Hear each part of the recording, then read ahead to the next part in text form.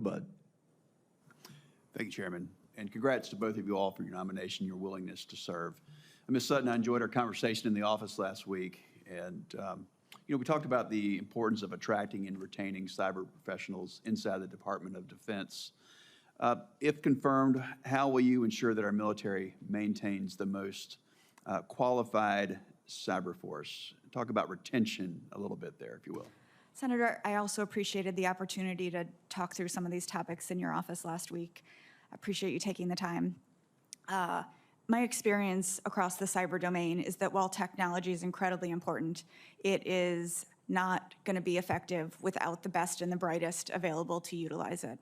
And I believe that the department faces two challenges. The first is bringing them in, recruiting them, but as you mentioned, also retaining these talented individuals.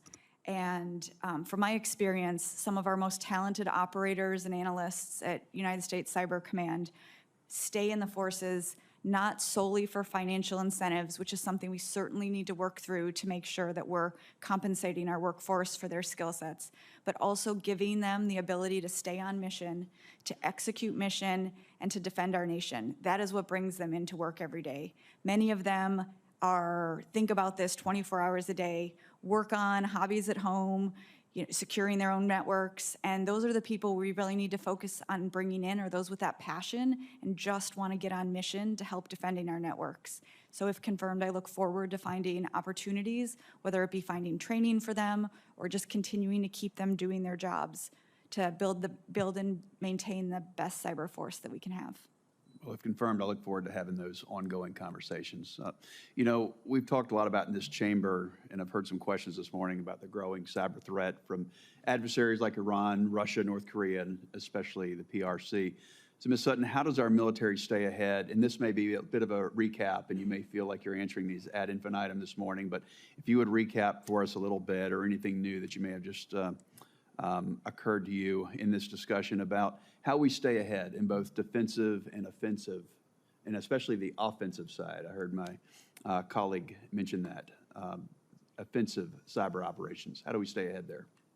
I think there's a couple things that are going to be really important. Again, it goes back to talent, making sure that we have talented young individuals and empowering them to develop solutions against some of these challenging problems. But it's also going to be fundamental that we leverage the strength of the United States, which is our competitiveness and innovation in tools like artificial intelligence, and we make sure that we can bring those tools in and that our operators get a chance to use them. We often hear the term Valley of Death. I know we talked about that in your office last week. That's something that, as a committee member on the staff here, we heard that term on a daily basis. What I think is going to be important is figuring out how we actually solve that, which I believe is matching up the developers with the actual operators and analysts who will be using the tools to let them try it out before they bring the final product. We've had success in that at Cyber Command through a program called Constellation in partnership with DARPA, and I look forward to using that model, if confirmed, to be able to bring innovations from across industry and the rest of the innovation ecosystem in. You mentioned DARPA. We talked a little bit about DARPA last week. They've got a number of projects designed to improve cyber resilience. How would you propose working to scale those across federal government and across the DoD, moving from research projects to DoD-wide programs?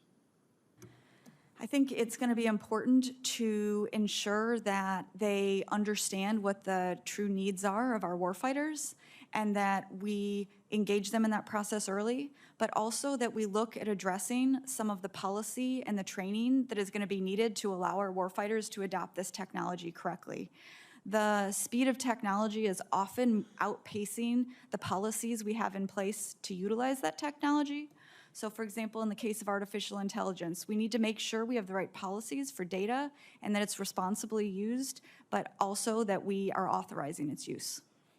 So I just got back from Taiwan and the Philippines. How would you work with our international partners and our allies to boost their own cyber capabilities? There is a tremendous opportunity in cyberspace for us to share the burden of defending against what is a common global adversary. And the Department of Defense has many tools that we use, including our Hunt Forward partnerships, where we partner with foreign nations to identify malicious cyber activity on their networks and help them defend that, as well as defend the entire ecosystem.